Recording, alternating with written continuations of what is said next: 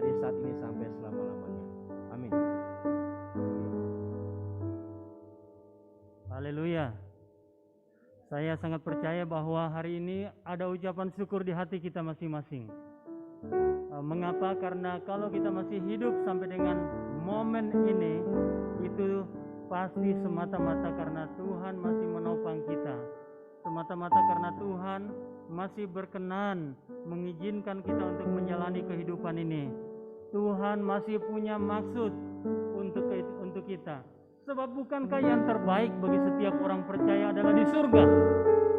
Bukankah setiap kita meyakini bahwa tempat yang terbaik dalam hidup ini, dari fana sampai pada kekekalan, tempat yang terbaik adalah bersama dengan Bapa di surga. Dan Allah juga maksudkan demikian. Tempat yang terbaik adalah di rumah Bapa. Tuhan Yesus mengatakan, di rumah Bapakku ada tempat. Semua sudah booking tempat itu? Sudah? Amin. Sudah punya tempat? Blok berapa? Nomor berapa? Saya nggak mau pusing. Mau blok berapa, nomor berapa? Bisa atau tidak bisa di Google Map? Saya punya tempat di sana. Sebab itu yang Yesus katakan waktu dia akan meninggalkan murid-muridnya. Lalu Yohanes 16, dia bercerita banyak, aku mesti pergi. Dari pasal 14, dia sudah bilang ada banyak tempat di sana. Kemudian murid-murid sedikit berduka, sedih, mau pergi kemana. Tuhan bilang, aku mesti pergi. Di samping menyediakan tempat untuk mengutus sang penghibur itu, Yesus Kristus menjanjikannya bagi kita, Roh Kudus, untuk menolong kita di tempat di dunia ini. Sebelum kita sampai ke tempat yang terbaik itu, dia mengutus untuk mendampingi, menyertai, melengkapi, memberi kemenangan dari hari ke hari. Haleluya. Oh Kristus, api penyucian, curahkanlah sekarang api-Mu. Mari kita berdiri bersama. Kita akan menghabiskan ibadah ini, kemudian kita nyanyikan ayat demi ayat dari nyanyian ini sebagai deklarasi kita bersyukur atas Roh Kudus yang disediakan, yang hadir di tengah-tengah kita dalam menjalani kehidupan semasa kita masih di tempat yang agak kurang baik dibandingkan yang tidak baik, tidak luar biasa dibandingkan tempat yang kekal itu. Kita berdoa. Bapa di surga, kami memuji Engkau untuk kesempatan boleh beribadah lagi kepadamu. Biarlah hari ini pertolongan kami ialah datangnya dari Allah Bapa di surga melalui Kristus Yesus dan persekutuan Allah Roh Kudus. Haleluya. Amin. Oh Kristus, api penyucian.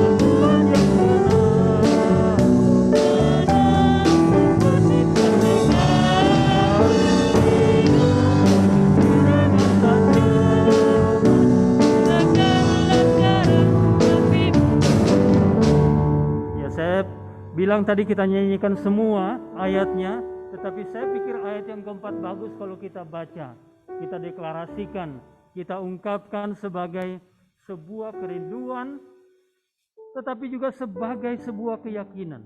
Beranikanlah kami yang lemah, curahkanlah apimu. Sama-sama 2-3. Beranikanlah kami yang lemah, curahkanlah sekarang apimu. Untuk menolong jiwa-jiwa, curahkanlah sekarang apimu. Lihatlah atas mezbah Tuhan, hidup kami dipersembahkan. Semoga Engkau perkenankan. Curahkanlah sekarang apimu. Amin.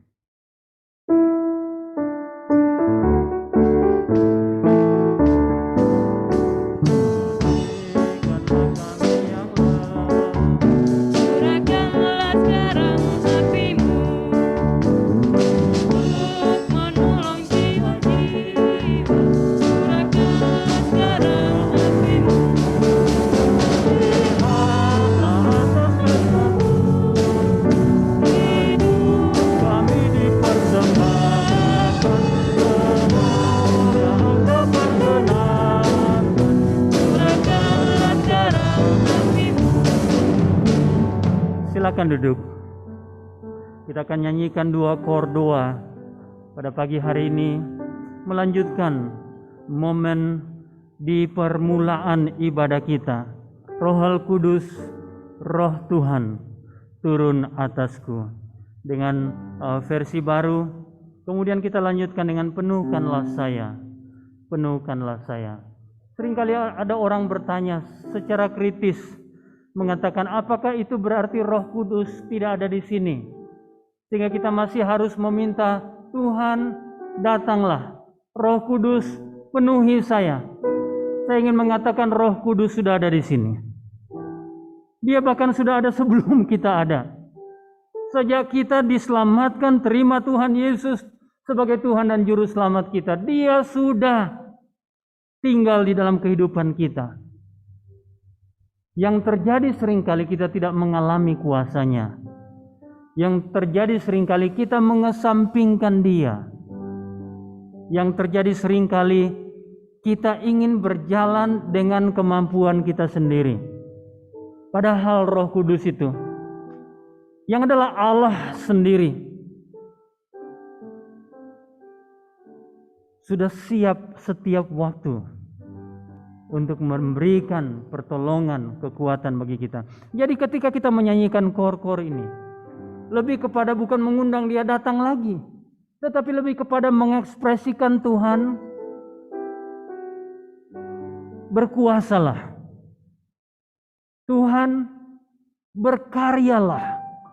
Tuhan, jangan biarkan saya mengendalikan hidup saya sendiri, tapi biarlah Engkau yang mengambil kendali. Roh Kudus, Roh Tuhan.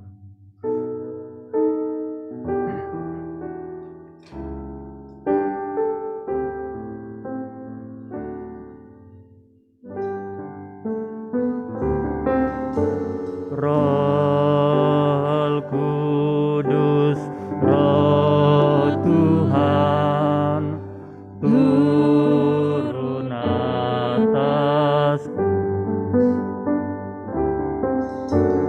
Roh Kudus, Roh Tuhan, turun atasku. Katakan memenuhiku. Memenuhiku. Oh, memenuhiku.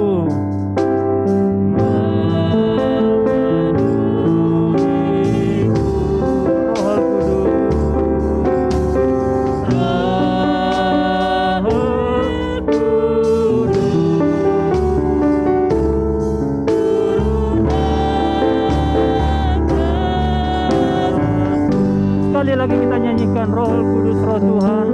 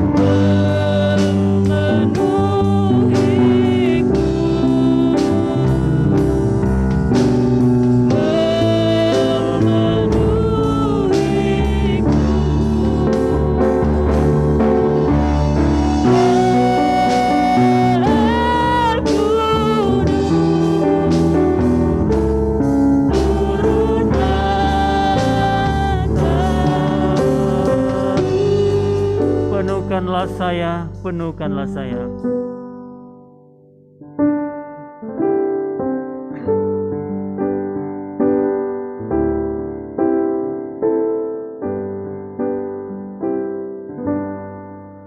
Penuhkanlah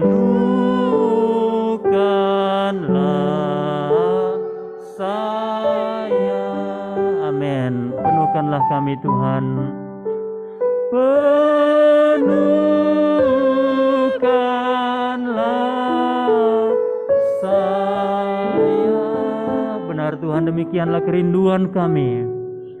Datanglah sekarang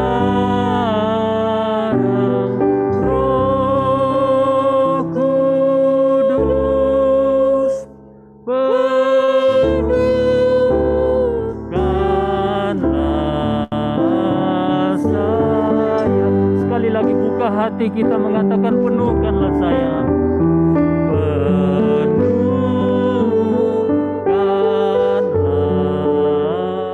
saya. Oh Tuhan, itu kerinduan kami. Penuhkanlah saya. Datanglah sekarang Roh Kudus, penuhkanlah saya. Naikkanlah ucapan syukur. Puji namanya. Sebab karena Roh Kudus itulah kita dimampukan, kita diberi kemenangan.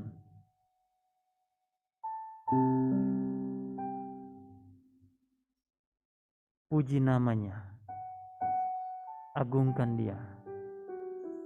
Bahkan minta dia hari ini lagi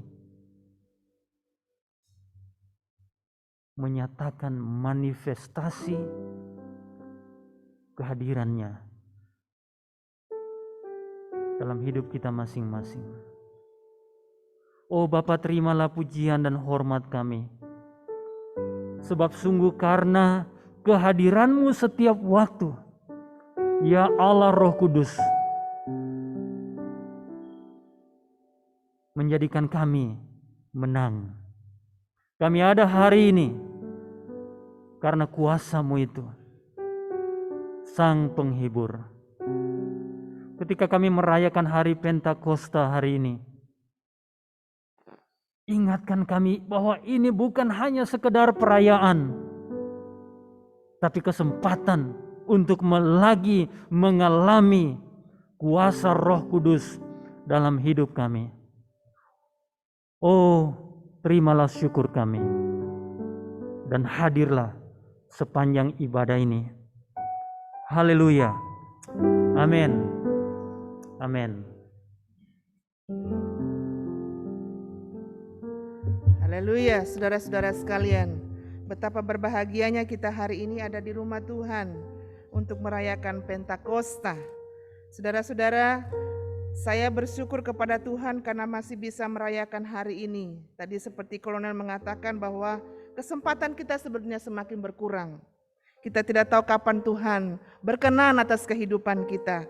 Oleh karena itu, pada minggu yang lalu Ibu Obser Korops bisik sama saya, Pak bisa pimpin hari ini. Saya mengatakan bisa. Ya walaupun begitu padat ya, minggu ini dari bulan Mei sampai bulan Juni ini begitu penuh saudara-saudara sekalian. Tetapi saya bersyukur kepada Tuhan selama masih ada kesempatan ya, baik atau tidak baik waktunya. Kita diberikan kesempatan berbuat sesuatu bagi kemuliaan nama Tuhan. Saudara, hari Pentakosta ya, ini hari yang dalam sejarah gereja atau dalam perayaan-perayaan gereja merupakan satu perayaan yang tidak kalah pentingnya dengan perayaan Natal, perayaan Jumat Agung atau kebangkitan Kristus atau kenaikan Yesus ke sorga. Jadi Pentakosta itu adalah 50 hari, ya. 50 hari sesudah kebangkitan Kristus, ya. Dan dalam bahasa Yunani saudara sekalian adalah Pentekoste, ya, Pentekoste, dan artinya adalah ruah dalam bahasa Ibrani, dalam bahasa Yunaninya pneuma, artinya nafas. Nafas yang diberikan atau hembusan roh yang diberikan kepada setiap orang yang percaya. Mari kita lihat Kisah Para Rasul 2. Bagian firman Tuhan yang tidak asing lagi bagi kita. Kisah Para Rasul 2 ayat 1 hingga ayat yang ke-13. Saudara-saudara yang ada di rumah, mari kita mengikuti bagian firman Tuhan ini. Kisah Para Rasul 2 ayat 1 hingga ayat yang ke-13, saya ingin kita membaca secara bergantian. Saya baca ayat yang pertama dan saudara baca ayat yang kedua. Demikian seterusnya. Pentakosta. Ketika tiba hari Pentakosta, semua orang percaya berkumpul di satu tempat.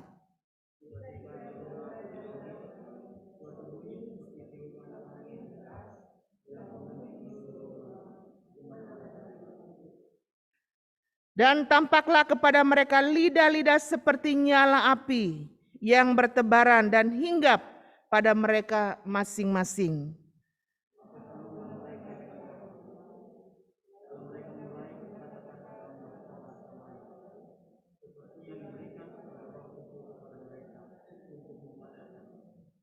Waktu itu di Yerusalem diam orang-orang Yahudi yang saleh dari segala bangsa di bawah kolong langit.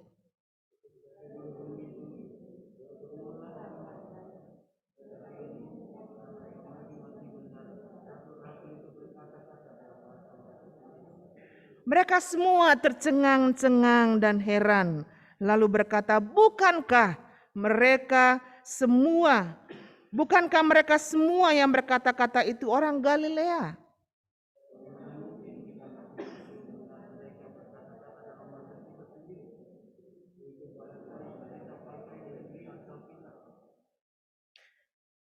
Kita orang Partia, Media, Elam, penduduk Mesopotamia, Yudea dan Kapadokia, Pontus dan Asia.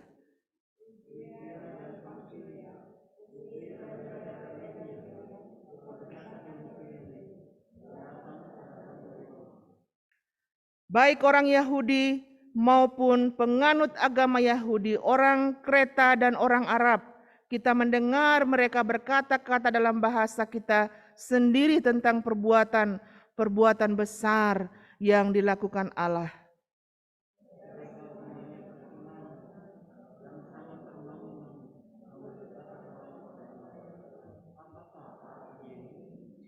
Tetapi orang lain menyindir mereka sedang mabuk oleh anggur manis.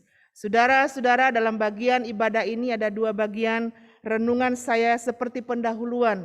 Nanti sebentar Kolonel akan menyampaikan lebih dalam dari pekerjaan Roh Kudus dalam kehidupan kita.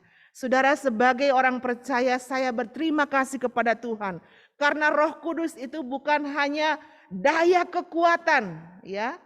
Daya kekuatan yang membangkitkan iman kita, tapi dia adalah pribadi dari Allah itu sendiri. Dialah pribadi ilahi. Roh Kudus itu telah dijanjikan kepada kita dan dicurahkan kepada kita. Dan saudara-saudara, sementara orang terbingung-bingung, sementara orang tercengang-cengang melihat kejadian pada hari Pentakosta, ada orang-orang percaya seperti Petrus dan murid-murid yang lain. Begitu luar biasa pengaruh Roh Kudus dalam hidup mereka. Dan saudara, saya bangga sekali melihat dan belajar dari Petrus. Dia dengan penuh Roh Kudus berdiri kemudian bersaksi kepada orang yang hadir, yang masih tercengang-cengang, yang masih bingung apa yang sedang terjadi, saudara-saudara sekalian. Dan pada hari ini, pada hari atau pagi hari ini, saudara, saya ingin memberikan satu hal saja mengenai bagaimana seseorang menerima dan dipenuhi oleh Roh Kudus. Saya mengajak kita untuk melihat Kisah Para Rasul 4 ayat yang ke-12. Kisah Para Rasul 4 yang ke-12 mengatakan, dan keselamatan tidak ada di dalam siapapun juga selain di dalam Dia. Sebab di bawah kolong langit ini tidak ada nama lain yang diberikan kepada manusia yang olehnya kita dapat diselamatkan. Saudara, kesaksian hidup itu pertama atau respon pertama ketika orang menerima kuasa Roh Kudus dalam hidupnya. Dia bisa bersaksi seperti Petrus dan murid-murid yang lain bahwa tidak ada keselamatan di bawah kolong langit ini selain di dalam Yesus Kristus. Saudara, saya pikir-pikir bagaimana Roh Kudus bekerja dalam hidup saya sebagai orang percaya. Nggak usah dulu mengenai keobsiran saya, tetapi seseorang yang terima Yesus sebagai Tuhan dan Juru Selamat. Kehidupan orang yang telah terima Roh Kudus, saudara sekalian, dia berani bersaksi. Dia berani bersaksi bahwa keselamatan hanya di dalam Yesus Kristus. Saudara, ini bukan sesuatu yang biasa-biasa, saudara. Orang yang menerima, orang yang dipenuhi oleh Roh Kudus, dia berani bersaksi. Saudara-saudara, bagaimana kita bersaksi? Saya selalu dikuatkan, diberanikan, ditegur oleh kesaksian beberapa hamba Tuhan atau anak-anak Tuhan di Koraps 3 ini. Bagaimana mereka begitu gregetan, ya, bahasa zaman now, ya, gregetan kalau ada orang yang mengejek nama Yesus. Kalau ada orang yang mengatakan Yesus itu bukan Allah. Kalau ada orang mengatakan Yesus itu bukan Juru Selamat. Kita gregetan rasanya karena kita percaya bahwa Dia Juru Selamat. Amin. Kita percaya Dia adalah Allah. Itu pekerjaan Roh Kudus, saudara sekalian. Saudara tahu Petrus dan Yohanes secara khusus bukan orang yang doktor teologi, ya. Ya, firman Tuhan dikatakan dalam Kisah Para Rasul 4, mereka itu orang-orang yang biasa-biasa dan tidak terpelajar. Tapi lihat pekerjaan Roh Kudus dalam hidup mereka, luar biasa. Jadi orang yang mau bersaksi tentang Kristus kepada dunia ini, tidak harus mereka harus mengetahui atau punya titel, ya, doktor atau master teologi atau penginjil yang hebat. Saudara-saudara dan saya hanya perlu oleh kerendahan hati menerima pimpinan Roh Kudus dalam hidup saudara. Dan saudara sanggup mengatakan kepada orang lain, keselamatan tidak ada di dalam siapapun selain dalam Dia, Yesus Kristus. Saudara, saya katakan berkali-kali ini pekerjaan Roh Kudus. Banyak orang, saudara sekalian, begitu terpancing dengan diskusi yang menarik, diskusi yang panjang. Siapa Roh Kudus? Bagaimana itu? Apakah itu Allah atau tidak? Atau apapun, saudara. Hanya karena logika orang termasuk hamba-hamba Tuhan. Suka berdiskusi, belum mengerti pekerjaan Roh Kudus. Sehingga dari hidupnya bukannya dia bersaksi, memberikan kekuatan, memberikan dorongan kepada orang lain. Bersaksi tentang kesucian hidup. Tetapi mereka menghabiskan waktu mereka dengan diskusi-diskusi yang tidak membangun. Kenapa tidak membangun? Karena pada akhirnya, saudara, mereka sendiri bingung, tidak ngerti. Tapi saudara dan saya ingin memberanikan kita untuk berani bersaksi seperti Petrus. Mungkin kita tidak perlu, tidak sanggup atau oleh keadaan dunia ini, masa pandemi ini kita tidak bisa buat apa-apa. Tapi setiap hari ketika saudara ketemu orang, dari perkataan saudara, saudara bisa bersaksi. Dari hidup saudara, saudara bisa bersaksi tentang orang lain. Waktu kami di London, saudara sekalian, kita bisa bersaksi tentang Yesus. Begitu bebas, saudara sekalian. Tapi ada peraturannya. Ada satu penginjil orang Inggris, tapi istrinya orang Ambon. Dia selalu ada di park yang begitu besar di Inggris, di London kota. Dan ada satu sudut-sudut yang boleh orang menginjil. Dia boleh bicara apa saja dan orang lewat dengar begitu, ya. Itu pekerjaannya. Dan saya pikir luar biasa, saudara sekalian. Kalau kami berdua, saya kumpul-kumpul majalah berita keselamatan. yang biasa ditaruh di ASIO. Kalau kami pergi naik kereta, saudara, saya taruh di kereta-kereta. Karena orang-orang Inggris kalau pergi bekerja, begitu individualis. Tidak ngomong satu dengan yang lain, mereka hanya baca. Apa di situ dibaca atau baca HP. Dan mereka bisa baca berita keselamatan. Dan saudara, kalau nelpon siapa saja. Entah kalau kita nelpon langganan telepon begitu atau langganan pulsa begitu ya. Kalau kita mau tutup atau kita mau pindah, selalu dia bilang, saya ingin tutup pembicaraan ini. Kalau Anda krisis, ingat Kristus. Kalau Anda krisis dalam hidupmu, ingat Kristus. Sepotong saja saudara sekalian. Dan kalau anak-anak dengar kolonel bilang begitu, mereka, aduh papa ini gimana sih? Jangan pak, nanti kita dimarah kalau kita bicara Yesus. Saudara-saudara, mungkin tidak perlu kita berkoar-koar besar. Tapi bersaksi di sini yang saya masukkan lebih kepada kehidupan kita. Menjadi berkat bagi orang lain. Rasul Paulus mengatakan kepada jemaat di Korintus, saudara sekalian, atau jemaat juga di Roma, bahwa orang percaya hidup menurut roh, bukan menurut daging. Karena pekerjaan Roh Kudus kita mengatakan ya Aba, ya Bapa. Roh itu bersaksi bahwa kita ini adalah anak-anak Allah. Bukan anak-anak dunia ini, bukan hidup menurut daging, tapi menurut Roh Kudus.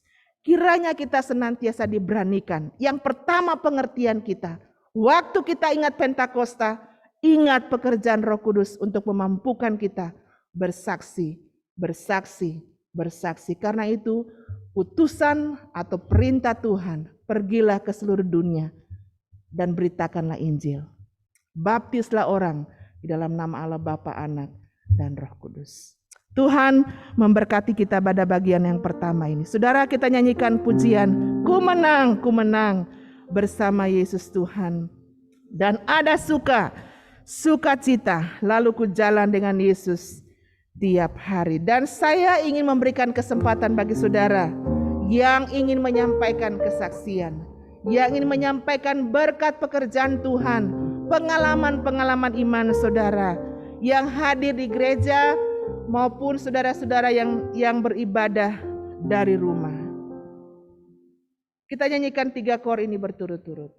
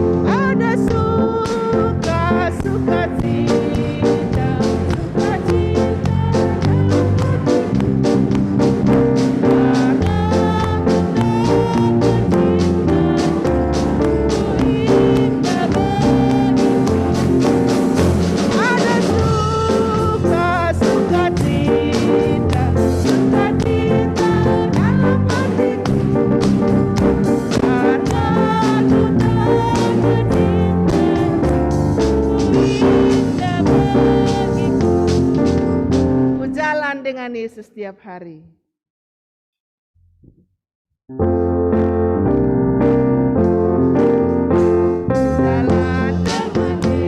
setiap hari, sampai aku setia. Dan turut nyanyian orang suci, dalam segala pagi-pagi ia takkan tinggalkan. Sendirian aku waktu siang, apalagi nanti kalau malam, hatimu akan jadi terang. Haleluya. Nyanyian nomor 117. Nyanyian nomor 117 setelah ayat yang pertama kita diberikan kesempatan untuk menyampaikan kesaksian. Allah milikku, aku yakin sungguh.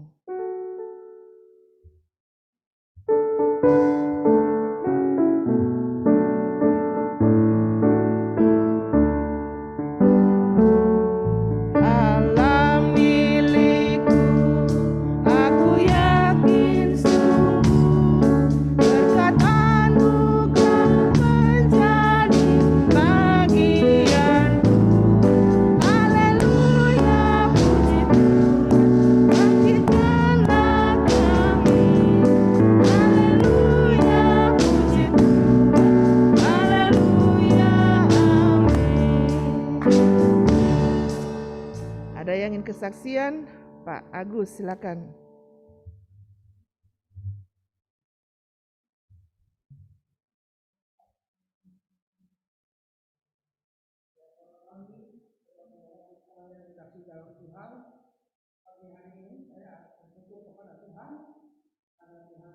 Baik dalam kehidupan saya secara pribadi. Tadi malam saya sedang istirahat, tiba-tiba saya mendapat hikmat dari Tuhan. Tuhan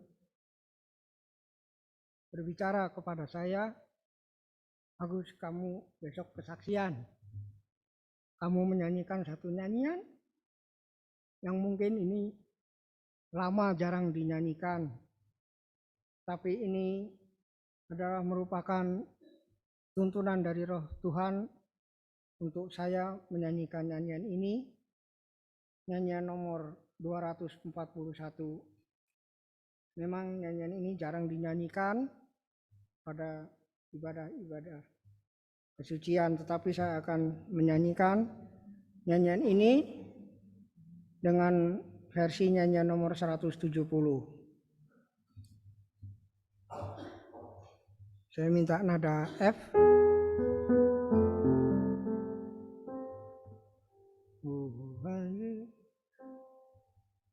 Tuhan Yesus, saya minta hatiku disucikan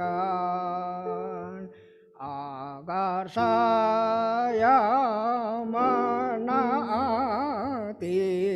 segala perintah Tuhan.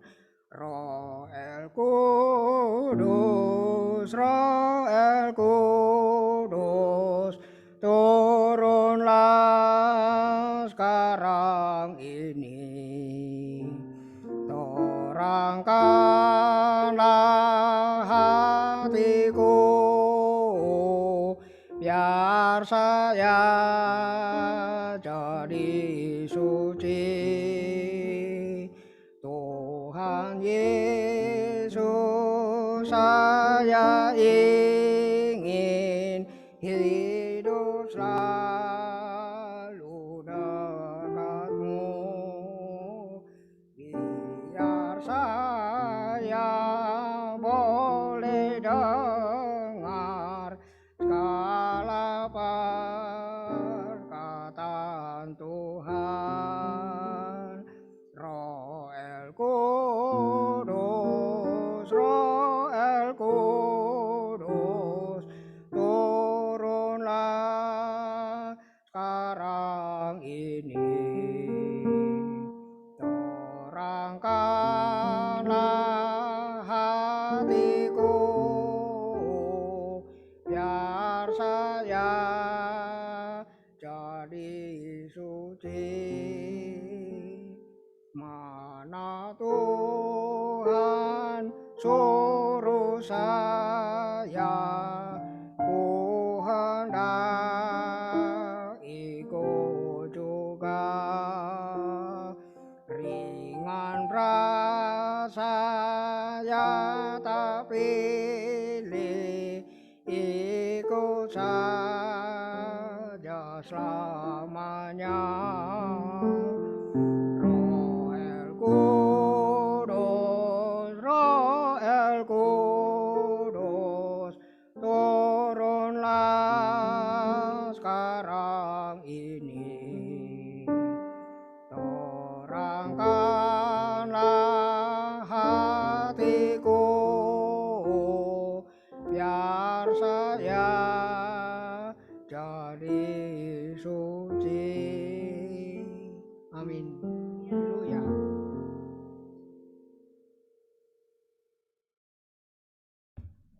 Terima kasih Pak Agus untuk berkat Tuhan yang sudah dibagikan kepada kita. Saya pikir itu luar biasa saudara sekalian.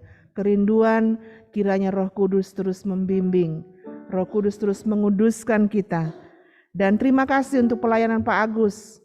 Ya, sejak saya masih letnan muda, dulu datang ke Korps 3, sudah pemain musik Korps 3 Bandung. Luar biasa. Terima kasih banyak untuk apa yang dilakukan, karunia Roh Kudus yang telah memampukan untuk melayani, berbuat sesuatu bagi korps kita di tempat ini. Ayat yang kedua dari nyanyian 117, saya masih berikan kesempatan kalau ada yang ingin menyanyi, ya silakan. Ayat yang kedua, ku puji Tuhan untuk Roh Kudus yang mengantar jiwaku kepada Kristus.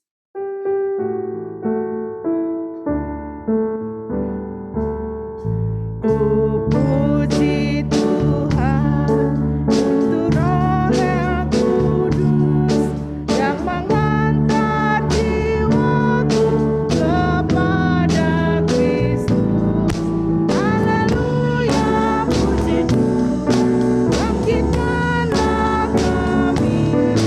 Haleluya, puji Tuhan, haleluya, amin. Haleluya.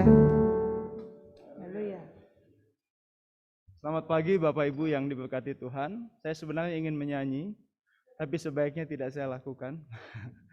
Karena masih dalam tahap khusus sama Kapten Dian. Ya. Bapak Ibu yang diberkati oleh Tuhan, di awal tahun ini kami melakukan pendalaman Alkitab dengan anak-anak muda. Saya dengan Kapten Dian biasa tiap pagi kami baca Alkitab bersama, kemudian apa yang kau dapat, apa yang saya dapat gitu. Kemudian kami bertukar pelajaran rohani dan saya berpikir sama Kapten Dian, sayang ini kalau pelajaran-pelajaran rohani yang kita dapatkan dari Alkitab kita tidak bagikan begitu. Kemudian Kapten usulkan bagaimana kalau kita bikin PA saja untuk anak-anak muda begitu. Dan seperti yang Ibu Widi tadi sampaikan bahwa seringkali kita merasa kecil begitu ya. Aduh, kita kan tidak punya gelar teologi ya, kemudian gimana nanti kalau ada anak muda yang kritis masuk, banyak tanya, nanti apa orang bilang gitu, sehingga apa kata orang, ketidaklayakan kita begitu membuat saya menunda-nunda begitu. Dan akhirnya kami mulai juga setiap hari Rabu jam 7 malam dan minggu ini akan ada jadi pertemuan ke-21 ya. Ada banyak anak-anak muda yang ikut dari berbagai macam tempat ya. Pada umumnya ada juga yang karena tidak ada persekutuan gitu ikut, tapi ada juga yang sudah bersekutu dan kami menikmati acara tiap hari Rabu jam 7 malam itu ya. Jadi seperti ada sebuah komunitas, kami punya grup WA, saling berbagi, saya selalu mendoakan mereka khususnya setiap hari Jumat.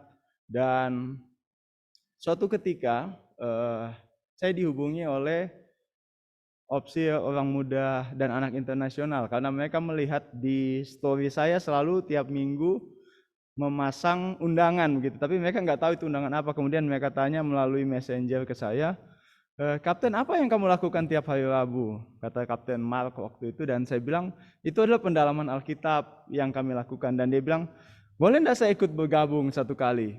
Saya ingin terlibat juga dalam kegiatan orang muda di Indonesia. Saya bilang itu yang saya buat secara pribadi, jadi itu bukan atas nama kantor pusat begitu. Tapi saya akan tanya dulu ke Sekretaris Umum Letnan Kolonel Cedric Hill, apakah bisa dari kantor pusat internasional bergabung dalam PA itu, apakah bagaimana protokolnya dan lain sebagainya. Kemudian saya tanya kepada Kolonel Cedric Hill dan dia bilang, oh boleh, enggak usah pakai protokol segala macam, yang penting dia hanya bergabung atas nama pribadi. Dan kemudian saya sampaikan dan dia bilang, Kapten Mark bilang, bagaimana kalau kita adakan pertemuan untuk membahas tentang pendalaman Alkitab itu. Baiklah, ketika kami bertemu, kemudian dalam pertemuan itu dia katakan, bagaimana kalau kita bikin acara dan kita mengundang jenderal? Wow, itu sesuatu yang saya tidak pernah pikirkan sebelumnya. Dan saya bilang, kalau itu bisa dilakukan sangat bagus. Dan dia bilang, saya akan persiapkan bagianku dan kau persiapkan bagianmu. Dan kemudian kami persiapkan dan akhirnya tibalah hari ini di mana jenderal akhirnya akan bersedia datang untuk menghadiri ibadah gabungan Pentakosta orang muda. Dan itu adalah sesuatu hal yang dimulai dari hal yang kecil, yaitu PA yang kami undur-undur, yang kami takut untuk lakukan karena apa kata orang begitu. Jadi saudaraku, di hari Pentakosta ini ketika Roh Kudus bekerja yang kita peringati beberapa ribu tahun yang lalu, itu memberanikan kita untuk jangan takut untuk melakukan sesuatu yang baik begitu. Ketika kita ingin melakukan sesuatu yang baik, ingin mengambil bagian dalam pelayanan, ingin melakukan sesuatu yang bermanfaat, dan kita mulai berpikir, apa kata orang, saya tidak terlalu layak dan lain sebagainya, itu akan menghambat berkat Tuhan dicurahkan atas hidup kita gitu. Saya rasa kalau Petrus dan kawan-kawan waktu hari Pentakosta itu berpikir 2 kali untuk berkhotbah, tidak akan dimenangkan 3.000 orang. Tidak akan terjadi kebangunan rohani gitu. Tapi karena mereka mau membiarkan hidup mereka dipakai oleh Tuhan, maka terjadilah kebangunan yang luar biasa. Jadi ketika Tuhan berbicara dalam kehidupan saudara-saudara sekalian untuk melakukan hal-hal yang baik, mungkin saudara takut atau tidak layak atau takut apa kata orang, tapi saya ingin katakan pagi hari ini, lakukan saja. Sesuatu yang kecil, yang baik yang kita lakukan itu akan menuntun kita kepada hal-hal ajaib, hal-hal yang besar yang Tuhan sediakan untuk kita selanjutnya. Tuhan Yesus memberkati kita. Haleluya. Salah satu departemen yang luar biasa tanggap dengan disrupsi ya, disrupsi yang itu pandemi ini, tetapi kita diberikan sumber daya yang luar biasa oleh Tuhan, yaitu bisa Zoom, bisa mempergunakan apa saja yang Tuhan sediakan. Dan Departemen Orang Muda sejak awal pandemi sampai hari ini mereka bekerja keras untuk bisa menjangkau banyak orang. Dan saya pikir itu merupakan hal yang luar biasa. Kami sendiri Departemen Wanita, biasanya kalau kita buat seminar, kita harus biaya besar saudara-saudara sekalian. Dan tidak bisa mengumpulkan seluruh teritori. Tetapi dalam waktu 2 bulan, kami menjangkau seluruh teritori hanya untuk perhimpunan kasih, ya, perhimpunan kasih dari ceramah sampai kepada hari rohani. Kami bersyukur kepada Tuhan. Saya membayangkan saudara, di tengah pandemi ini kalau tidak ada saluran internet atau virtual, bagaimana kita menjangkau jemaat? Akan capek sekali opsir korops ketik begitu ya, dengan mesin ketik yang lama itu, khotbahnya, acaranya lalu kirim lewat pos kepada jemaat-jemaat di korops, akan lama sekali. Tapi saudara, banyak orang alergi, ya, alergi dengan virtual, nggak terlalu suka.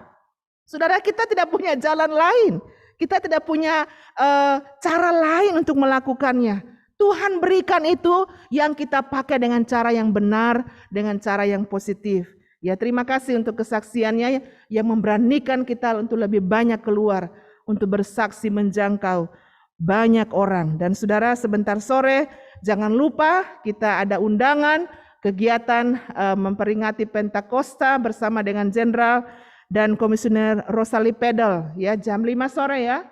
Jam 5 sore sebentar, jadi jangan lewatkan acara yang luar biasa ini. Satu kesempatan lagi, saudara, setelah kita nyanyikan ayatnya yang ke-100, ayatnya yang keempat dari nyanyian 117, bangkitkan kami dengan kuasa roh-Mu, penuhi kami sekarang dengan kasih-Mu. Yang di rumah barangkali ada yang mau kesaksian, saya berikan kesempatan.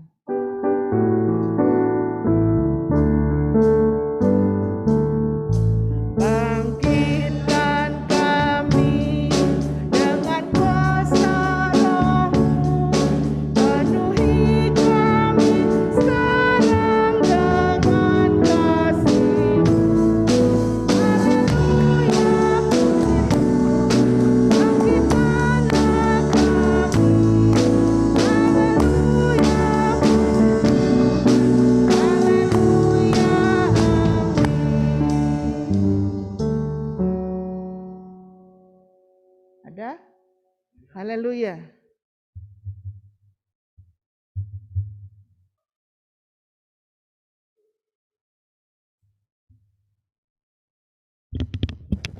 Shalom saudara semua, selamat pagi.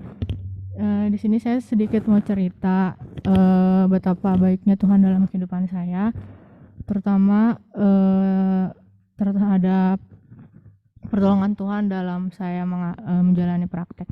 Jadi sedikit cerita, kemarin saya berkunjung ke rumah teman saya, di mana di situ ada seorang ibu yang usianya udah lumayan lanjut usia dengan keadaan stroke. Kemudian keadaannya juga keadaan umumnya kurang baik. Terus di situ saya diminta untuk memasangkan sonde gitu untuk membantu alat makan ibu tersebut.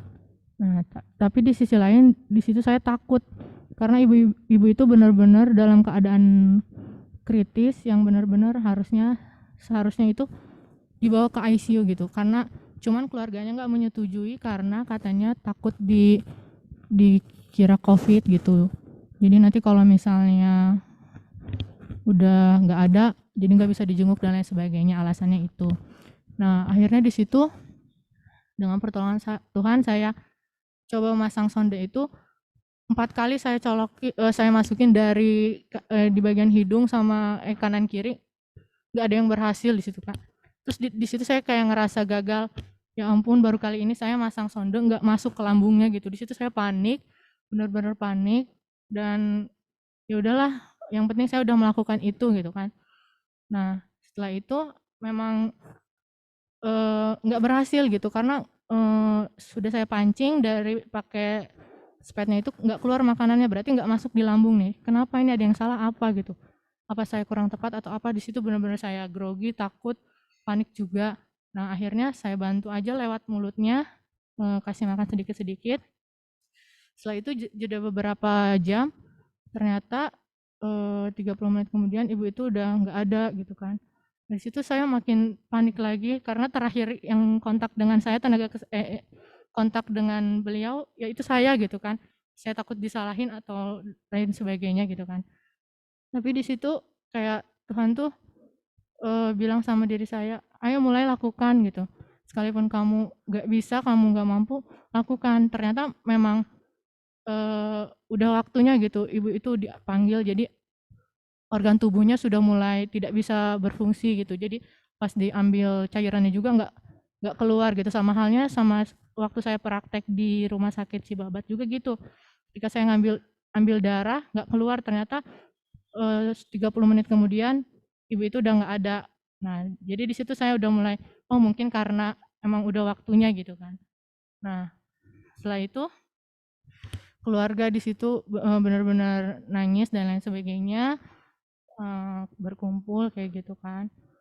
Nah, di situ saya langsung dapat teguran dari Tuhan gitu. Kayak usia saya segini 22 tahun udah berbuat apa gitu kan. Udah ngasih apa sama Tuhan gitu. Kayak saya ya mungkin karena jujur sih sedih. Semakin banyak kegiatan saya, semakin saya jauh dari Tuhan gitu. Yang biasanya saya ibadah tuh kadang seminggu lebih dari sekali, tapi kayak sekarang kayak susah banget gitu, selalu ngikutin keinginan daging gitu kan. Tapi kayak Tuhan baik gitu, menempatkan saya praktek di desa yang dekat dari rumah yang masih bisa dijangkau oleh saya untuk ibadah di tempat ini gitu. Walaupun memang harus kayak saya berangkat sore kemarin jam 5 dari sana, nyampe malam cuman buat istirahat, numpang tidur di rumah, ibadah sekarang pagi, nanti siang balik lagi ke sana gitu. Tapi kayak saya harus hancurin keinginan daging itu gitu. Kalau saya terus ikut-ikutan, sama aja kayak manusia duniawi gitu. Buat apa gitu hidup saya, kayak gitu. Sementara yang saya rindukan sebenarnya kayak lebih melayani Tuhan secara general gitu kan, kayak melayani di gereja misalnya. Tapi saya mikir karena keterbatasan lain sebagai hal, tapi kayak Tuhan bilang profesi saya dengan saya melakukannya dengan tulus itu udah melayani gitu kan. Jadi apapun bisa dikerjakan, hal baik kalau kita ngerasa hal itu baik dan kita ikhlas, itu bagian dari pelayanan juga gitu. Jadi buat saudara-saudara nggak harus kayak kita pelayanan harus mampu atau enggak, bisa atau enggak, bukan tentang itu, tapi ada kayak kemauan hati gitu. Kayak kita tuh benar-benar mau menjadi penolong buat sesama gitu. Uluran tangan kita tuh penting buat sesama, sekalipun kita hanya cuman jadi pendengar yang setia. Kadang ada kayak teman saya yang benar-benar hancur cuman karena pengen didengerin ceritanya gitu kan. pengen didengerin keluh kesahnya. Itu satu bagian dari melayani juga gitu kalau menurut saya gitu. Dengan dia curhat, kita mendengarkan, dia udah tenang. Itu bagian dari pelayanan juga gitu. Jadi kayak saya mempelajari hal-hal kecil yang bisa membuat orang lain merasa nyaman gitu cerita sama kita atau minta bantuan, itu merupakan bagian dari pelayanan kita kepada sesama maupun kepada Tuhan. Mungkin itu aja kesaksiannya. Semoga menjadi berkat bagi kita semua. Terima kasih.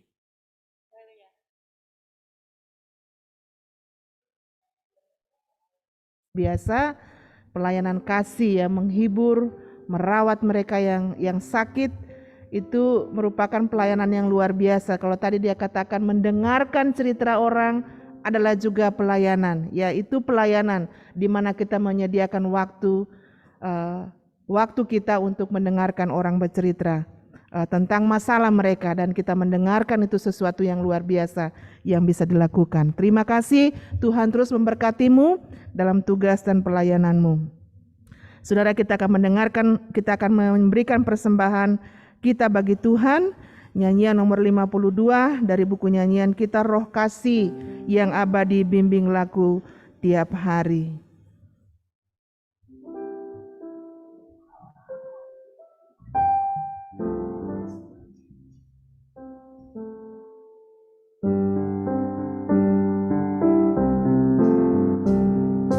Roh kasih yang abadi, bimbing laku tiap hari, arahkanlah hatimu padamu,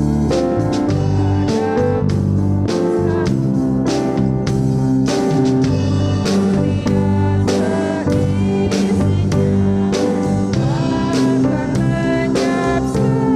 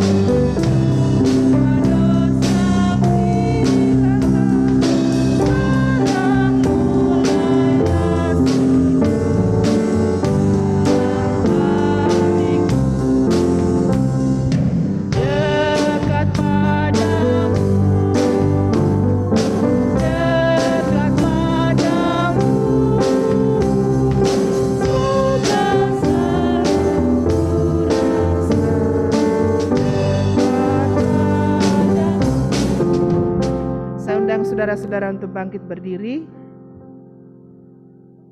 Kita akan berdoa. Mari kita berdoa.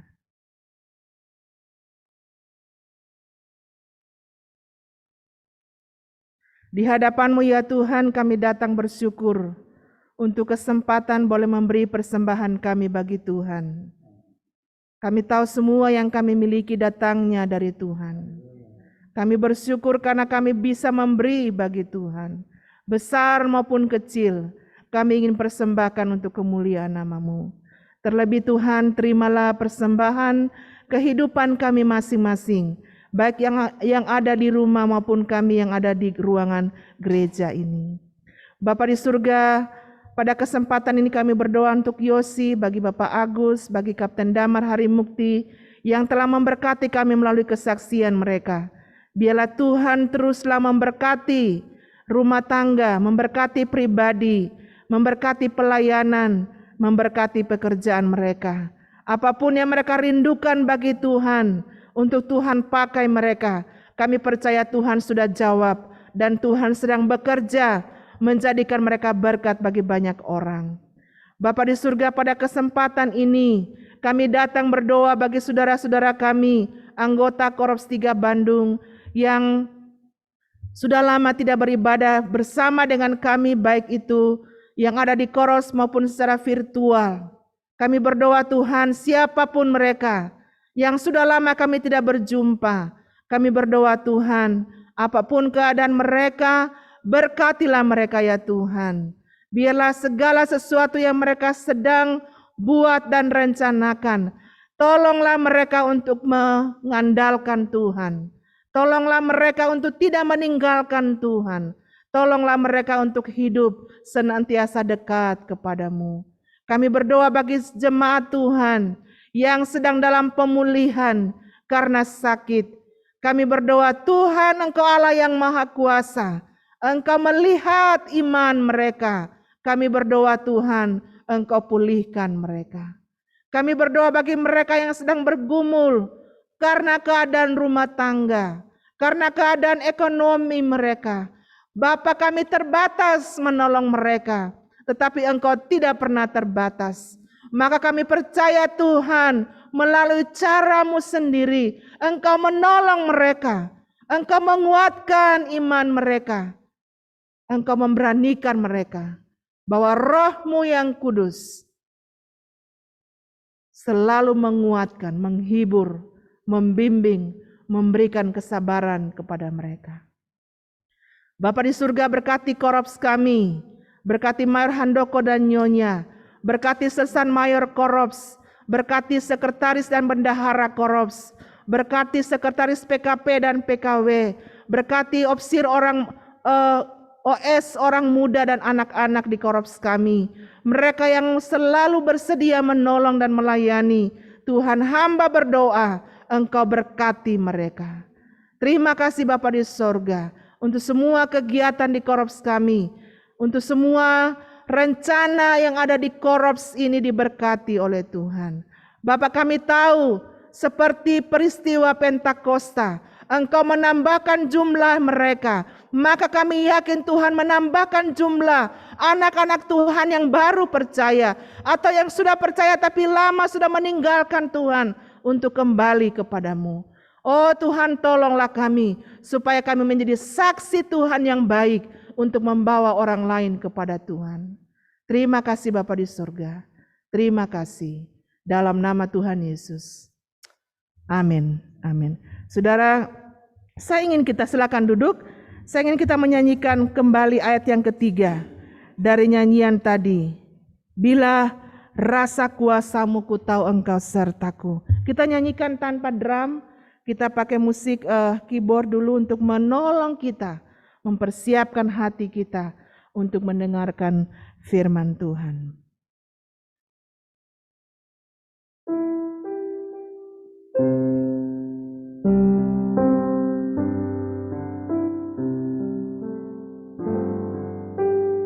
Bila rasa kuasa-Mu ku tahu Engkau sertaku, jiwaku senang selalu hidup bagimu.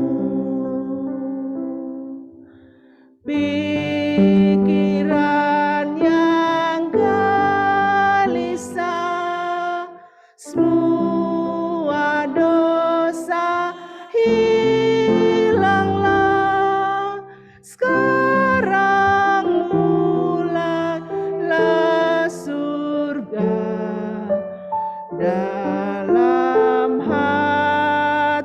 dekat padamu, dekat padamu.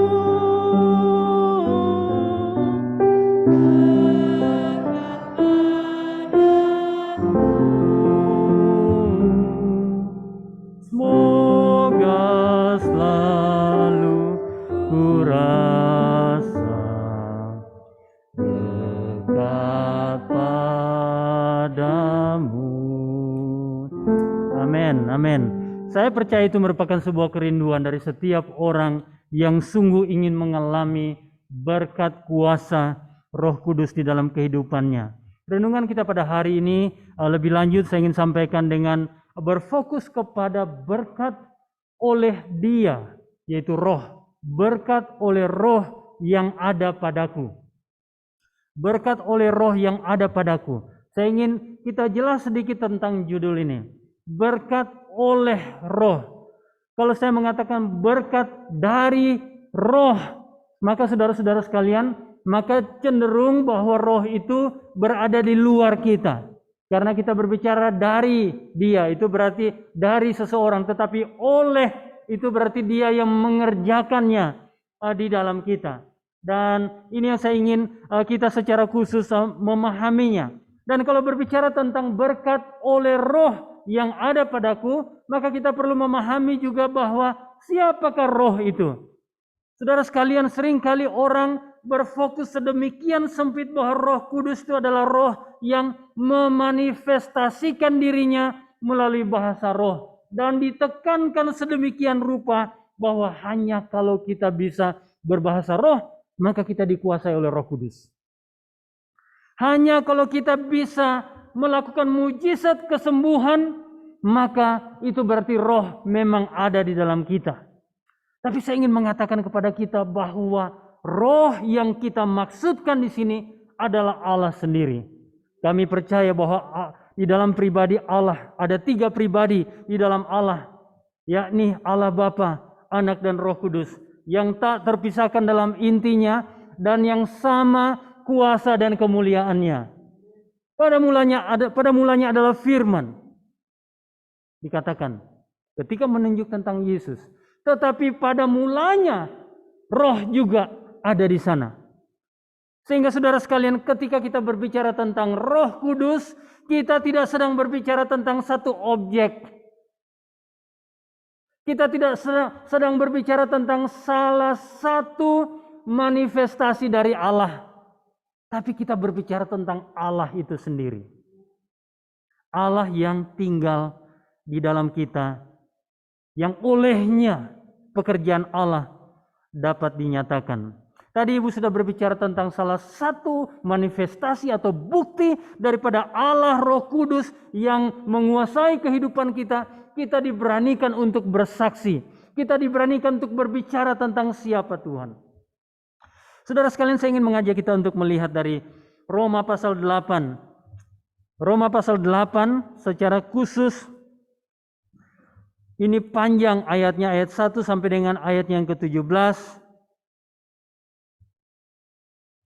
Dan karena waktu kita tidak akan membacakannya, tetapi saya juga akan mengajak Anda untuk melihat dari Galatia pasal 5 ayat yang ke-16 sampai ayat yang ke-26.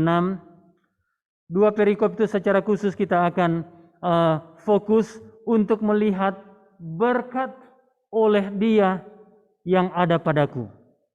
Saudara yang saya kasih dalam nama Tuhan kita Yesus Kristus. Jadi ketika Pentakosta, ketika hari itu terjadi, itu seringkali ada yang mengatakan itu Pentakosta kedua. Karena ketika Tuhan Yesus dibaptis ada Roh Kudus turun Pentakosta pertama. Kemudian pada saatnya ada yang mengklaim kami adalah gerakan Pentakosta ketiga. Begitu. Nanti ada lagi Pentakosta kesekian. Saudara, saya tidak ingin membatasi Roh Kudus pada momen-momen sejarah. Tetapi biarlah Roh Kudus diberikan keleluasaan bekerja untuk mencatat sejarah hidup kita. Bahwasanya mencatat sejarah hidup kita berarti mengalami kuasa Roh Kudus dari waktu ke waktu menurut maunya Tuhan. Menurut maunya Roh Kudus. Untuk itu sangat penting untuk kita membuka diri kita. sehingga tidak perlu kita mengobjekkan Roh Kudus menurut pemahaman kita. Tetapi dia kaya lebih daripada yang kita fahami. Dia luar biasa lebih daripada yang kita mengerti. Dia hebat lebih daripada cerita orang lain. Dan mengapa begitu banyak orang tidak mengalaminya? Karena dia belum betul-betul diberikan kesempatan untuk leluasa bekerja dalam kehidupan kita. Perikop dari Roma pasal 8 diberi judul Hidup oleh Roh. Saya bacakan beberapa ayat dulu bagi kita sekalian. Hidup oleh Roh. Demikianlah sekarang tidak ada penghukuman bagi mereka yang ada di dalam Kristus. Roh yang memberi hidup telah memerdekakan kamu dalam Kristus dan dari hukum dosa dan hukum maut. Sebab apa yang tidak mungkin dilakukan hukum Taurat karena tidak berdaya oleh daging, telah dilakukan oleh Allah dengan jalan mengutus anaknya sendiri dalam daging, yang serupa dengan daging, yang dikuasai dosa karena dosa, ia telah menjatuhkan hukuman atas dosa-dosa di dalam daging. Supaya tuntutan hukum Taurat digenapi di dalam kita yang tidak hidup menurut daging tetapi menurut roh. Ayat yang kelima. Sebab mereka yang hidup menurut daging memikirkan hal-hal yang dari daging. Mereka yang hidup menurut roh memikirkan hal-hal yang dari roh. Karena keinginan daging adalah maut, tetapi keinginan roh adalah hidup dan damai sejahtera. Sampai di situ dulu. Berkat oleh Dia yang ada padaku, yang tinggal padaku, berkat oleh Roh yang tinggal padaku. Yang pertama, saudara-saudara sekalian, dimerdekakan. Hidup di dalam kemerdekaan.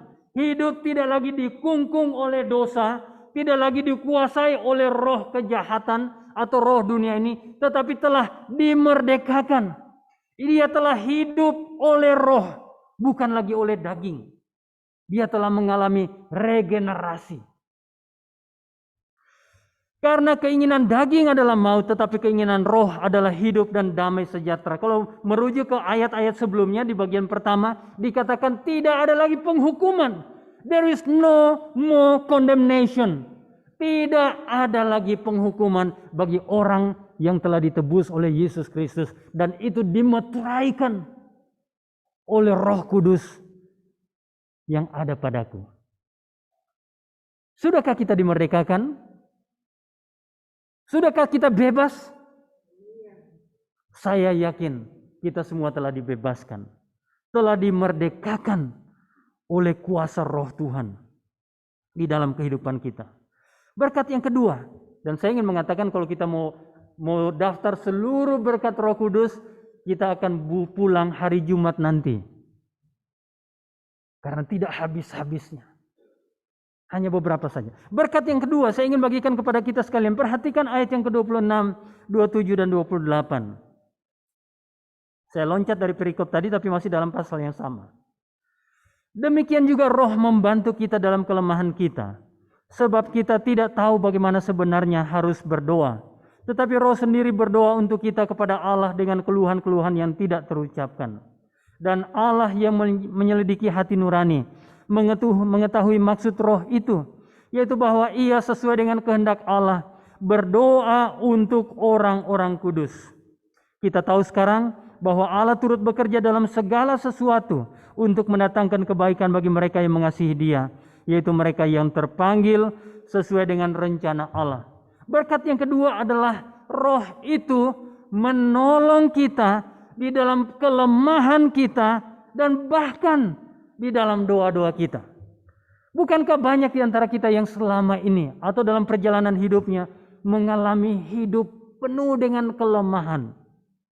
Apakah lemah fisik, lemah pikiran, mental kita secara khusus, jiwa kita tertekan sedemikian rupa. Kita sedemikian rupa ingin mengatasi segala pergumulan kehidupan kita sampai kita masuk dalam titik kehidupan yang terendah sekalipun. Dan kabar gembira bagi kita, roh itu menolong kita. Kabar gembira bagi kita bahwa Roh itu bahkan ketika kita tidak sanggup mengungkapkan doa-doa kita. Perhatikan apa yang dikatakan. Membantu kita. Berdoa untuk kita. Saya sendiri ada momen-momen ketika saya tidak bisa mengucapkan banyak kata-kata panjang dan indah dan terstruktur. Tetapi sekedar datang berlutut apakah di samping tempat tidur atau di bangku anugerah, di ruang doa. Tapi sekedar diam dan minta Tuhan, ini begitu berat beban. Saya bahkan tidak sanggup mengucapkannya. Dan saya merasakan doa itu dilakukan oleh Roh itu sendiri bagi saya.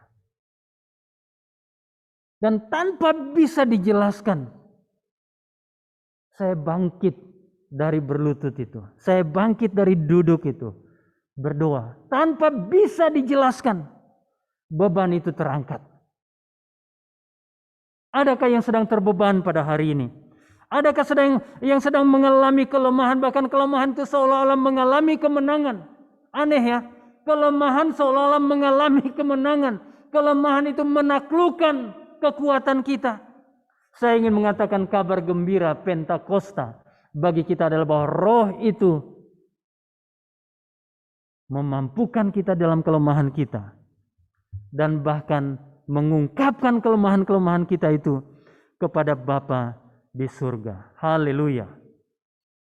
Yang ketiga, berkat oleh Dia yang tinggal di dalam kita, kita diberikan kekuatan, empowered, diperkuat, diberdayakan, dimampukan. Yang tadinya kita hanya lemah, tidak punya kuasa, kita dimampukan untuk menengking kuasa kegelapan sekalipun. Haleluya. Kita yang hanya daging, saudara-saudara sekalian, kita dimampukan untuk menghasilkan buah-buah yang baik dalam kehidupan kita. Pada waktu Paulus menuliskan juga surat kepada jemaat di Galatia, dia mengatakan, dia memberikan perikop hidup menurut daging atau roh. Dia kasih gambaran kalau hidup daging, makanya kita masih hidup dalam kehidupan yang lama. Tapi kalau kehidupan roh, kita hidup di dalam roh, kita menghasilkan buah roh. Dalam ayat 22 dan 23 dia mengatakan demikian. Tetapi buah roh ialah kasih, sukacita, damai sejahtera, kesabaran, kemurahan, kebaikan, kesetiaan, kelemah lembutan, penguasaan diri. Tidak ada hukum yang menentang hal itu. Mungkin harus pulang ke rumah nanti baru membaca lagi bagian ini. Lalu lihat, benarkah roh yang ada padaku telah mengerjakan ini? Kasih, sukacita, ya, damai sejahtera. Coba tanya, masihkah buah itu dihasilkan dari kehidupan kita? Kesabaran, aduh kalau kesabaran susah banget. Satu kali ya iya, dua kali ntar ya. Yang ketiga kali, awas lo. Yang keempat kali, tak tabok. Ya, kesabaran salah satu hal yang sangat sulit dihasilkan. Oke lah, kalau mungkin belum sabar, bagaimana dengan kelemah lembutan? Ya sepodo wae. Saudara sekalian, tidak mudah. Tidak mudah. Tapi Paulus memberitahukan bahwa memang tidak gampang kalau masih di daging. Tetapi kalau telah dipimpin oleh roh, roh yang ada padaku, kita pasti akan dimampukan. Saya masih ingat dengan seseorang tidak berselisih, tetapi saya tidak tahu kenapa.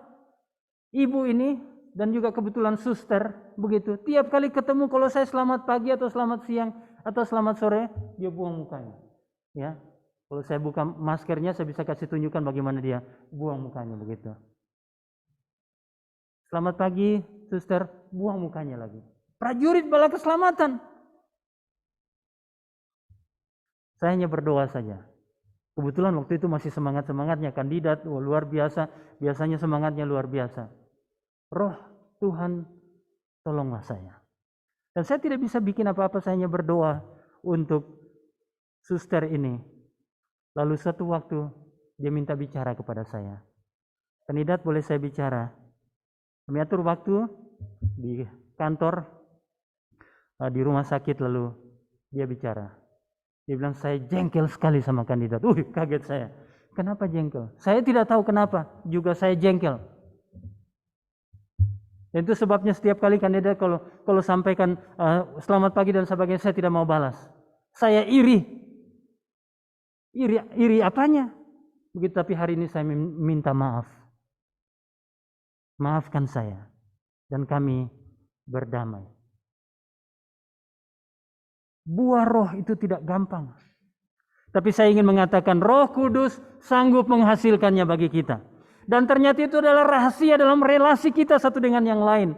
Dia sanggup memberikan kita penguatan, empowering. Bahkan lebih daripada itu, ketika Yohanes menuliskan suratnya kepada jemaat di perantauan, dia mengatakan roh yang ada padamu jauh lebih besar daripada seluruh roh yang ada dalam dunia ini.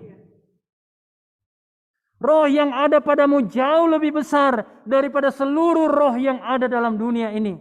Saya masih ingat dalam sebuah peristiwa ketika saya menyampaikan khotbah di Korps Woodward. Sudah lama lalu, saudara sekalian, Korps yang lama. Sementara saya berkhotbah, seorang anak muda tiba-tiba berdiri dari antara jemaat.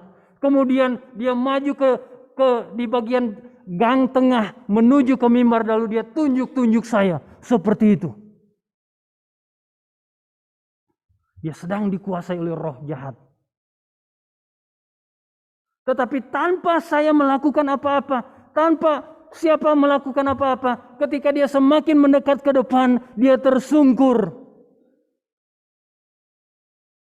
dan menyerahkan hidupnya kepada Tuhan. Sebab roh yang ada padamu jauh lebih besar. Adakah kuasa-kuasa yang sedang menguasai saudara? Adakah kebiasaan tabiat yang sedang mengikat kita? Adakah bahkan roh-roh jahat yang masih mengganggu kita setiap waktu dari waktu ke waktu? Saya ingin mengatakan darah Yesus berkuasa.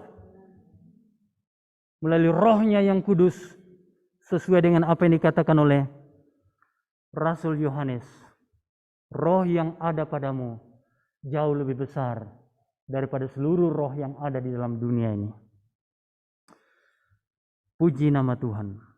Engkau dilengkapi, diberikan kekuatan baru untuk menaklukkan keinginan dagingmu.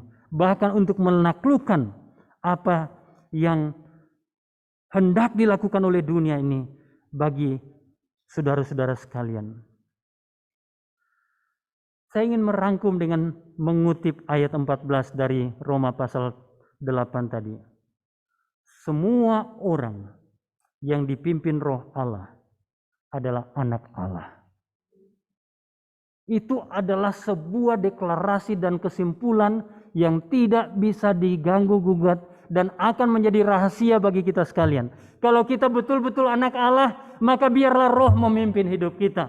Kalau kita mengatakan saya telah menjadi anak Allah, maka biarlah hidup kita ditaklukkan di bawah kuasa Roh Kudus. Supaya hidup kita hanya hidup oleh roh. Dan biarlah kita mengizinkan dia menuntun kita dari waktu ke waktu. Roh Kudus, roh Tuhan, turun atasku. Itu nyanyian kita pada pembukaan ibadah tadi. Sebelum kita masuk dalam doa, pertanyaannya, seberapa banyak saudara mengalami berkat oleh dia yang tinggal dalam saudara? Seberapa banyak saudara mengalami kuasa oleh dia yang tinggal dalam kehidupan saudara? Sudahkah saudara mengizinkan seluruh aspek hidup saudara dipimpin oleh roh? Kalau belum, jangan heran kalau kita belum mengalami kemenangan. Kalau belum, jangan heran sedikit-sedikit kita takluk. Sedikit-sedikit kita kalah. Sedikit-sedikit kita mengalami keterpurukan. Tetapi sebaliknya, Kalau kita telah mengizinkan seluruh hidup kita dikuasai oleh Roh, jangan heran dari hari ke hari saudara mengalami kemenangan. Saya ingin menutup dengan cerita ketika saya dipanggil oleh Tuhan untuk menjadi opsir bala keselamatan. Saya menolak karena saya takut orang tua saya akan marah, karena saya takut masa depan saya akan tidak baik, karena saya ingin menjadi orang kaya.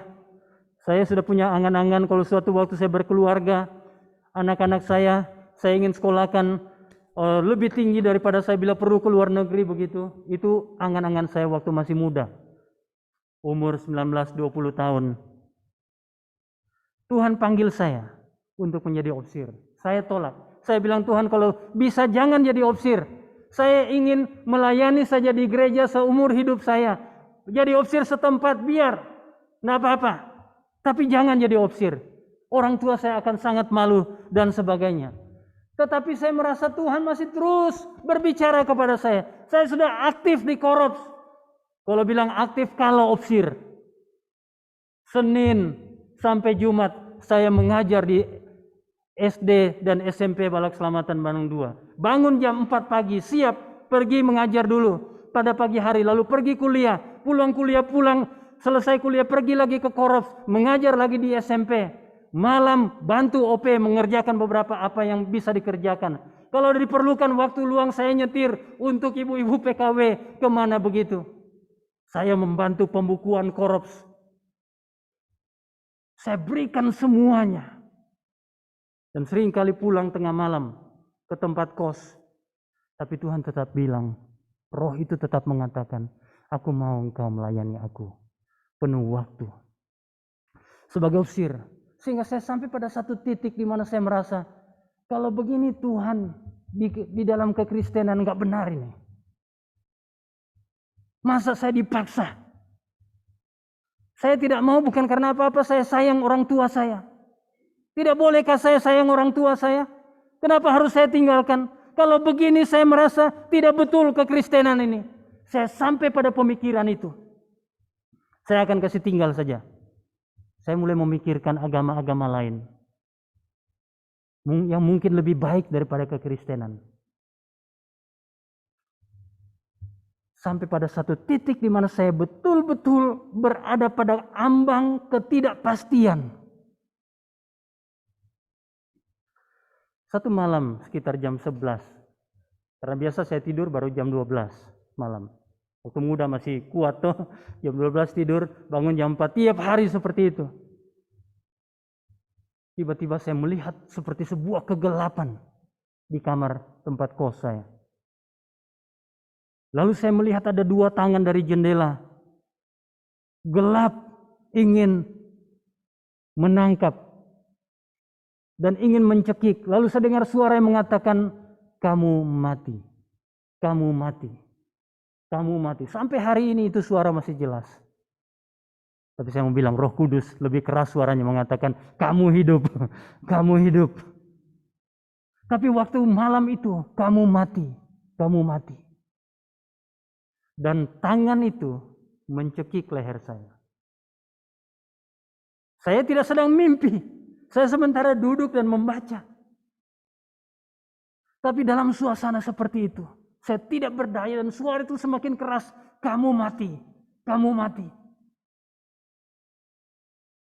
Dan hanya satu hal yang saya bisa katakan seperti doa Rasul Paulus ketika akan tenggelam. Tuhan, tolonglah saya. Dan waktu saya mengatakan doa itu, saya melihat dari atas ada tangan diulurkan. Dan tangan itu saya tahu adalah tangan Tuhan. Karena saya lihat ada gambaran bekas paku di tangannya. Dan saya mencoba mengangkat tangan saya. Ketika tangan itu menyentuh tangan saya dibebaskan, haleluya. Bebas, merdeka. Dan hari itu saya mengatakan Tuhan, saya masih menangis. Malam itu saya menangis, saya masih dengar suara itu, kamu mati. Saya tinggalkan kamar saya, kemudian saya ketuk kamar teman saya. Lalu dia membuka pintunya, dia lihat saya menangis, dia merangkul saya tidak bisa berkata apa-apa. karena suara itu masih keras, lalu dia mengajak kami berlutut di samping tempat tidur dia, lalu dia berdoa untuk saya. Setelah saya tenang, dia tidak bicara banyak, dia hanya tanya satu hal. Karena dia adalah sahabat doa saya, dia tanya satu hal. Bagaimana dengan panggilanmu? Karena dia tahu sudah lama, dia tahu saya dipanggil oleh Tuhan. Saya bilang itu dia. Dan ketika saya mengatakan yes kepada Tuhan, saya tahu Tuhan memang maksudkan untuk saya menjadi hambanya. Tapi saya cerita ini untuk mengatakan Allah sanggup. Allah berkuasa. Adakah yang sedang mengikat engkau hari ini? Adakah yang sedang membebani engkau hari ini? Adakah ketakutan yang sedang menaklukkan engkau hari ini? Adakah, saudara-saudara sekalian, sesuatu hal yang sulit saudara gambarkan, saudara tidak bisa ungkapkan secara khusus? Saya ingin mengatakan di dalam nama Yesus Kristus, Dia yang hidup, yang ada padamu, berkuasa untuk memberi engkau kemenangan. Nyanyi nomor 55 kita akan nyanyikan, Roh yang Rahman, tinggallah dalam kehidupanku, agar hidupku selalu memantulkan kasih-Mu dengan lembut dan berani untuk Tuhan bersaksi. Saudara perhatikan, semua ayat dari nyanyian ini mengatakan tinggallah dalam kehidupanku. Tinggallah, Roh yang benar tinggallah dalam kehidupanku. Roh yang berkuasa tinggallah dalam kehidupanku. Roh yang suci tinggallah dalam kehidupanku. Saya tidak tahu apakah saudara sedang membutuhkan rahmat Allah, saudara membutuhkan dibenarkan, saudara membutuhkan kuasa Allah, saudara membutuhkan kesucian hidup. Terserah. Tapi satu hal yang pasti, Roh itu ketika Dia tinggal di dalammu, oleh Dia engkau diberkati. Oleh Dia engkau dimerdekakan. Oleh Dia engkau menjadi pemenang. Amin. Kesempatan untuk berdoa di tempat duduk masing-masing atau di bangku anugerah, terserah. Tapi yang paling utama, biarkan saudara betul-betul jadikan nyanyian ini sebagai doa permintaan saudara. Tinggallah di dalamku, sebab itu rahasianya. Minta dengan hati yang bulat. Kita nyanyikan ayat demi ayat dan jadikan sebagai doa saudara sekalian.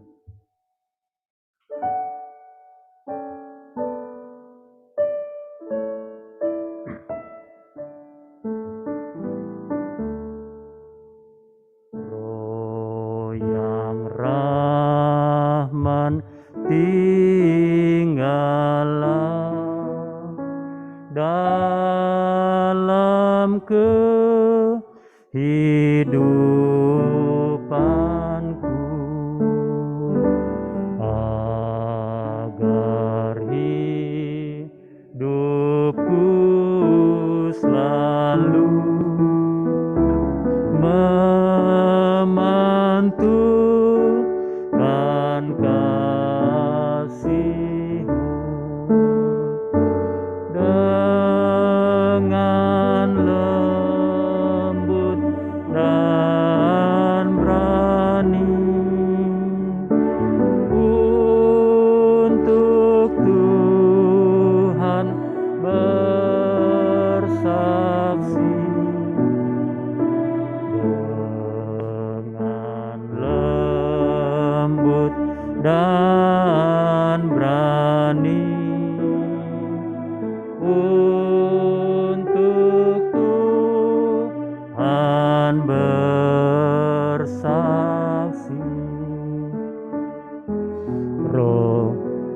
Roh yang benar tinggallah dalam kehidupanku.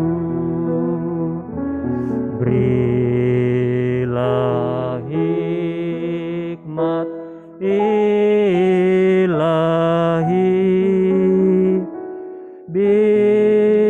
bimbinglah ku tiap hari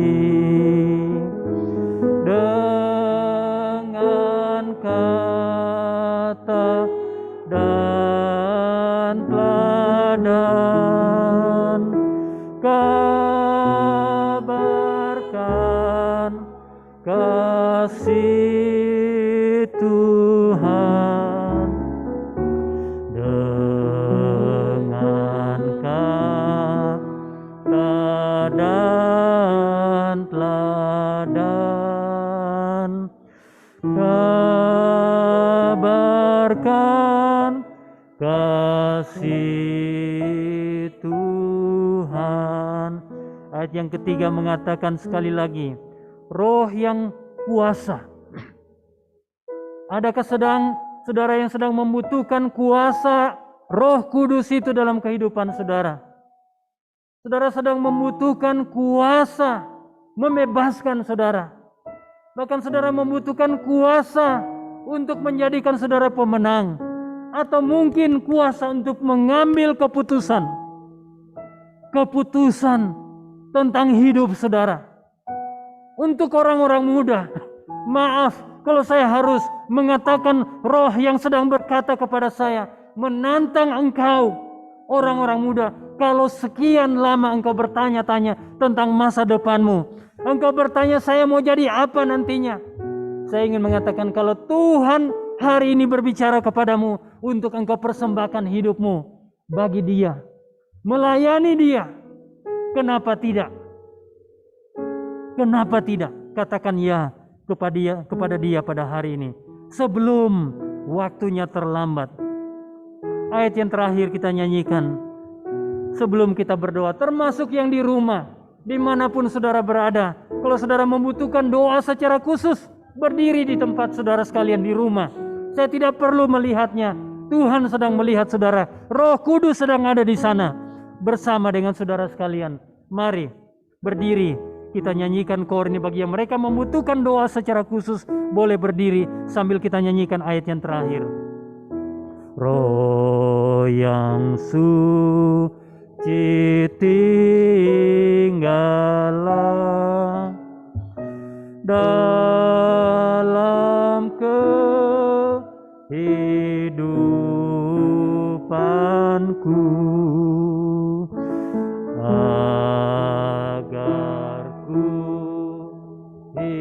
hidup suci, jauhkan dari yang keji, semua yang ku punya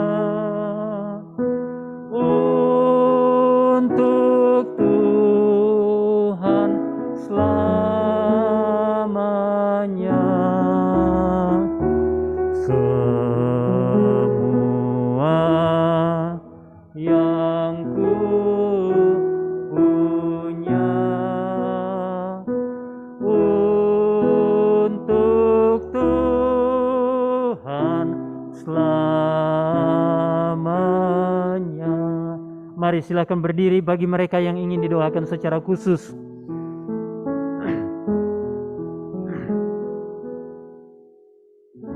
Bapa di surga, kami datang kepadamu, Roh yang kudus, Roh yang rahman, Roh yang kuasa.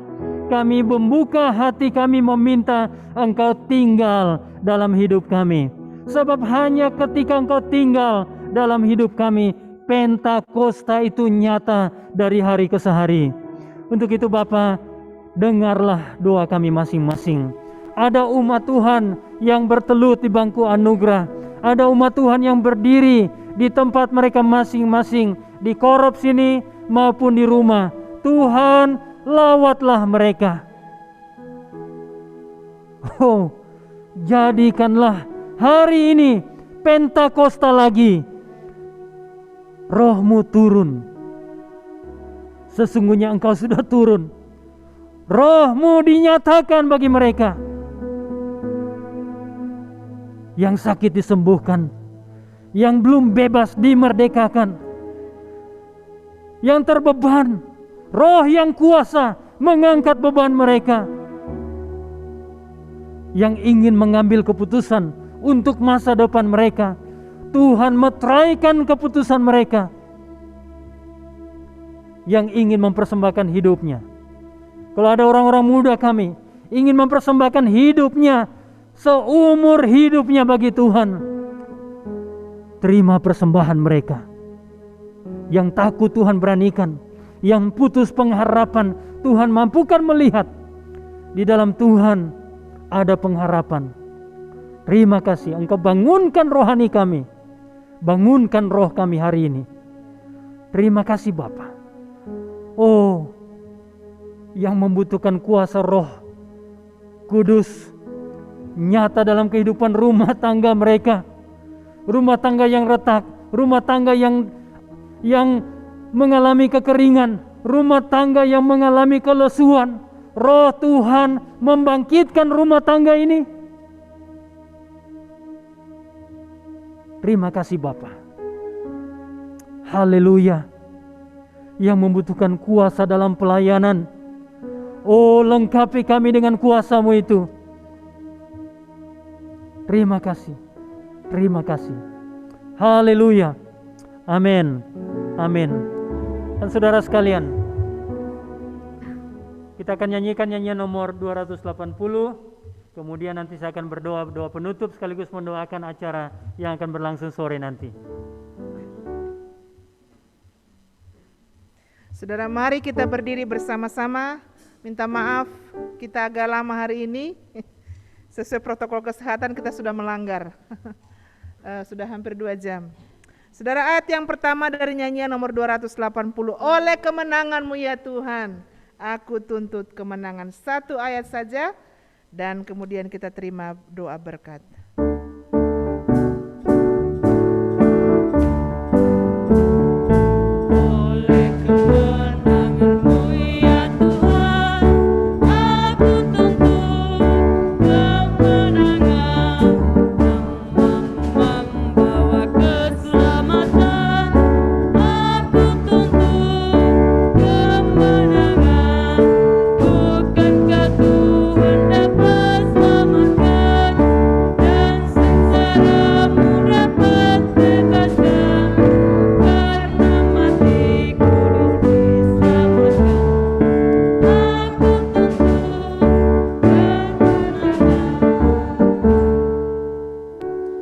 Bapa di surga, Engkau telah mendengarkan doa-doa kami. Sempurnakanlah ibadah kami, agar kami pulang dengan kelimpahan berkat. Kami serahkan secara khusus ibadah yang akan berlangsung sore nanti untuk orang-orang muda kami bersama dengan Jenderal. Bapa, lagi kami meminta Roh-Mu dicurahkan, hormat dan kemuliaan bagi nama-Mu saja. Sekarang Bapa, tumpangkanlah tangan-Mu atas kami masing-masing dan berkatilah kami. Kasih karunia Allah Bapa dan damai sejahtera oleh Kristus Yesus Tuhan dan Juru Selamat kita, Raja Damai, pimpinan, persekutuan dan kuat kuasa Allah Roh Kudus menyertai kita sekalian saat ini, bahkan sampai selama-lamanya. Amin. Amin. Silakan duduk, Tuhan berkati saudara.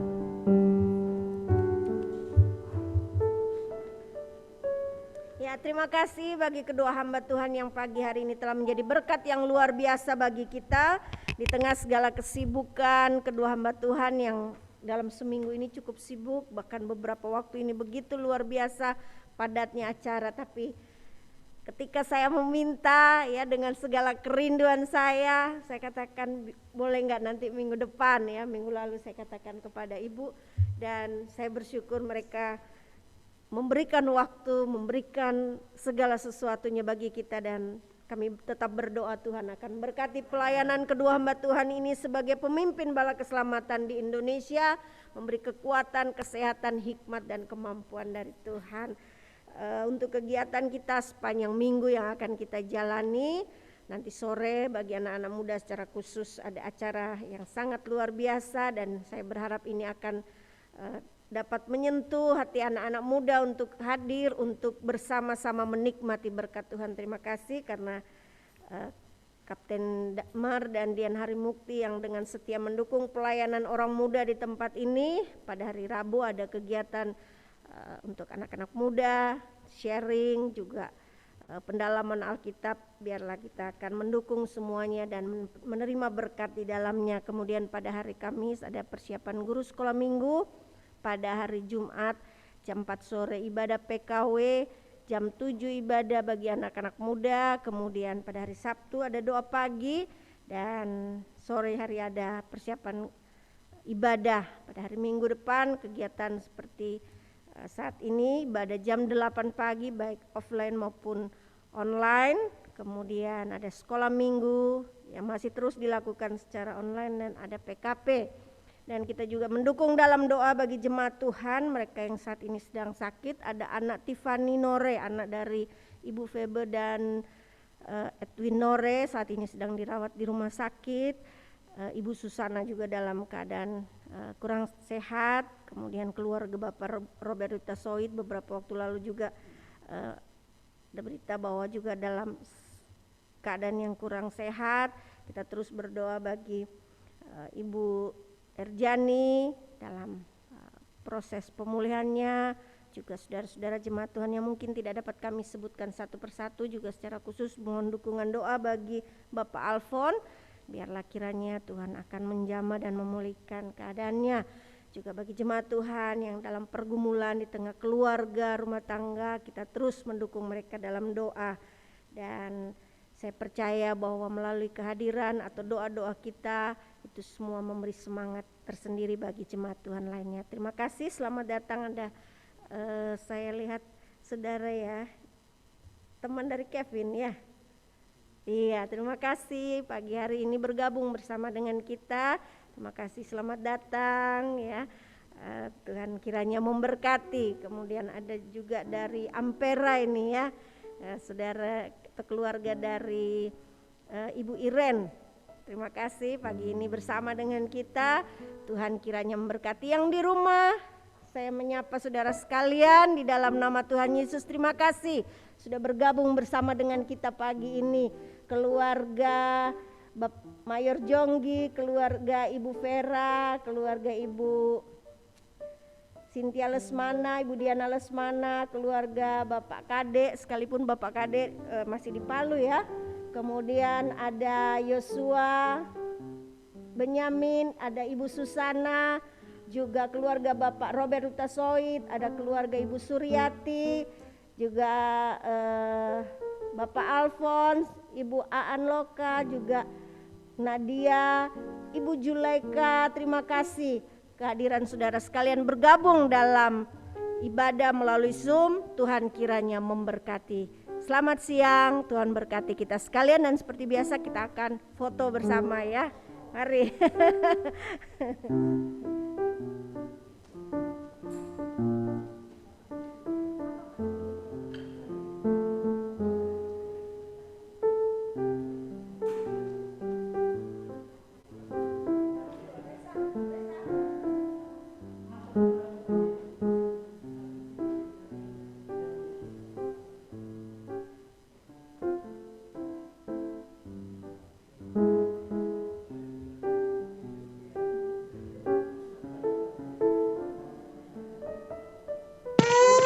Ini mama, ibu.